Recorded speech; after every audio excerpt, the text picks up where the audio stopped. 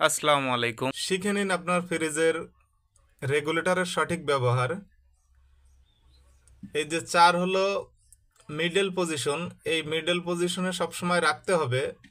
আর কম বেশি করতে হবে আপনার প্রয়োজন অনুযায়ী। আপনার ফ্রিজে যখন লোড কম থাকবে তখন কিন্তু আপনি কমিয়ে 3, 2 বা 1-এও রাখতে পারেন লোড হিসাবে, যে আপনার ফ্রিজে অল্প খাবার আছে, ফ্রিজটা অল্প সময় চললে আপনার যথেষ্ট, তখন কিন্তু আপনি কমিয়ে রাখতে পারবেন। আবার যখন আপনার ফ্রিজে বেশি খাবার থাকবে, যে হঠাৎ বেশি লোড দেওয়া হয়ে গেছে আপনার, তখন কিন্তু আপনি আস্তে আস্তে বাড়িয়ে 6 কিংবা 7-এও দিতে পারেন। দেখা যাচ্ছে 7-এ দিয়ে আপনি 3 ঘন্টা 5 ঘন্টা চালালেন, তারপরে আপনি কমিয়ে আবার 5-এ দিলেন, দিয়ে আরও 5-6 ঘন্টা বা একদিন চালালেন, তারপরে কিন্তু আপনি আবার কমিয়ে 4-এ ফিক্সড করে রাখতে পারেন, 4-এ চালাইতে পারেন।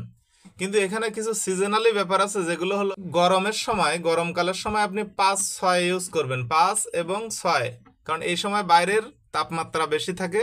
এই জন্য ফ্রিজটা বেশিক্ষণ ধরে চালু না থাকলে বরফটা হতে দেরি হয়। এভাবে করে আপনি 5 এবং 6 গরমকালে চালাবেন।